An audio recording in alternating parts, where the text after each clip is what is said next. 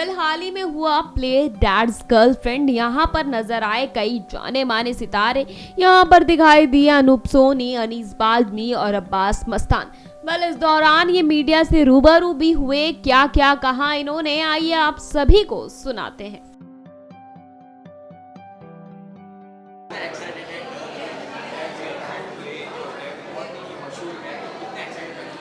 नहीं बिल्कुल, क्योंकि एक हल्का फुल्का फैमिली एंटरटेनर है, कॉमेडी है। तो जब आप एक कॉमेडी प्ले देखने आते हैं तो आप एक्सपेक्ट करके आते हैं कि आप इन्जॉय करेंगे। सो आई एम श्योर। और ज़्यादातर एक्टर्स जो हैं वो हमारे पहचान के हैं। जो मेन डैड बने हैं वो हमारे इंस्टीट्यूट से ही हैं। सो आई थिंक बहुत सारे जाने पहचाने चेहरे हैं, तो मज़ा आएगा अपने लोगों को देखने में। सी आई थिंक अतुल बहुत सालों से जो है थिएटर में एक्टिव हैं, और ये बहुत अच्छी बात है कि लगातार काम कर रहे हैं। क्योंकि इसी देखिए, लाइव आर्ट में और जो विजुअल जो मीडियम है, जैसे फिल्में हैं, टीवी है, उसमें आप एक बार जो काम करते हैं वो रिकॉर्ड हो जाता है। वो आपने अच्छा किया है, बुरा किया है, कम किया है, ज़्यादा किया है, वो रिकॉर्ड हो चुका है, वो अब हिस्ट्री बन चुकी है। लाइव थिएटर में यही एक मज़ा होता है कि आज आपने शो किया, गॉड फॉरबिड आपसे कुछ गलतियाँ हो गई, कुछ कमियाँ रह गई, आप उसे अगले शो में सुधार सकते हैं। फिर अब अगले शो में अगर आपको ऐसा लगता है कि बहुत बेहतरीन रहा, लोगों को परफॉर्मेंस बहुत अच्छी लगी, उसके अगले शो में अगर आप कुछ और एक्सपेरिमेंट करना चाहें या कुछ और। सो ये लाइव आर्ट का जो मज़ा है वो एक्टर डायरेक्टर्स दोनों को बहुत मज़ा देता है। और अतुल जो हैं वो हमेशा से बड़े हिस्टोरिक प्लेस करते रहे हैं काफ़ी।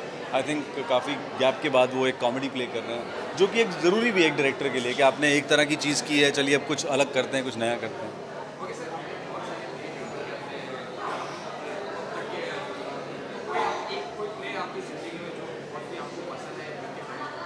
सी देखिए, नाटक जो है वो सिनेमा से ऐसे नहीं किया जा सकता कि मेरी फेवरेट फिल्म ये है।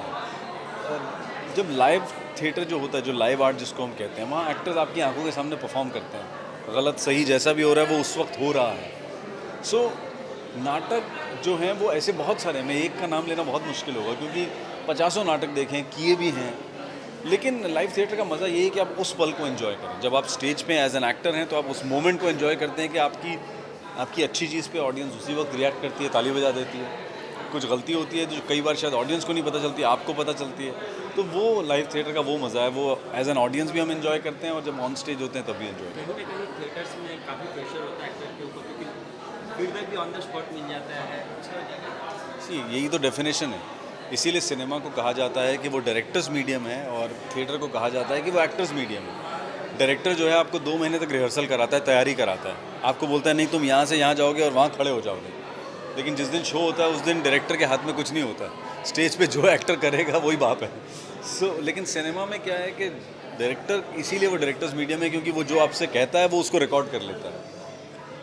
प्रेशर तो डेफिनेटली होता ही है, लेकिन आई थिंक जो लाइव आर्ट का मज़ा है वो भी एक इंटरेस्टिंग चीज़ है। ओके सर, ये आप बहुत ही जल्द बड़े पर्दे पर जल्दी नजर आएंगे, तो कुछ अगर उसके बारे में बता सकें। यार अभी बहुत सालों के बाद मैं अब ज़रा ब्रेक ले रहा हूँ छोटे पर्दे से और थोड़ा बड़े पर्दे की तरफ रुख कर रहा हूँ। तो कुछ चीज़ें हैं, ज़रा समझ जाने तो, सेटल हो जाने तो अपने आप आपके सामने आ जाएंगे। हिंट्स मिल जाए। हिंट तो थोड़ी देर थोड़ी लगती है, थोड़ी देर में पता चल जाएगा। Thank you.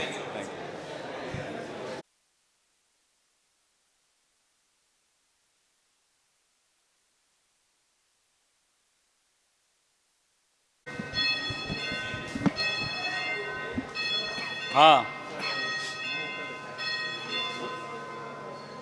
सो सर, आज प्ले है द डैड्स गर्लफ्रेंड, तो कितना एक्साइटेड आप देखने का, पहले तो ये जानना चाहिए। पहले तो नाम ठीक लो, डैड्स।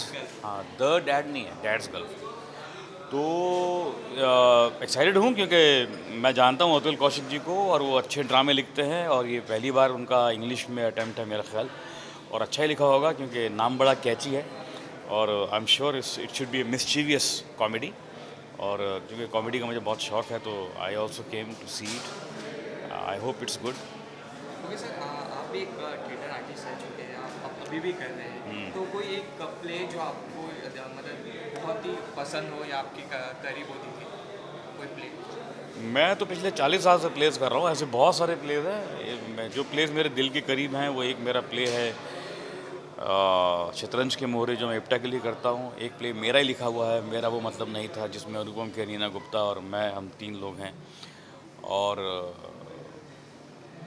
और एक मेरा प्ले मसाज है जो मेरा सोलो है। और अतुल जी के साथ मैं एक प्ले करता हूँ द्रौपदी, वो भी अच्छा इन्होंने किया हुआ है। और मेरा एक प्ले रॉन्ग नंबर अभी परसों बॉम्बे में होने जा रहा है रंग शारदा में, वो भी अच्छा है। तो प्ले सभी अच्छे होते हैं, ऐसे नहीं अच्छे होते हैं तभी तो हम कोशिश करते हैं कि वो ऑडियंस के सामने आए। I hope this also has good. See play शुरू हो रहा है, अभी बाद में बात करते हैं। Thank you.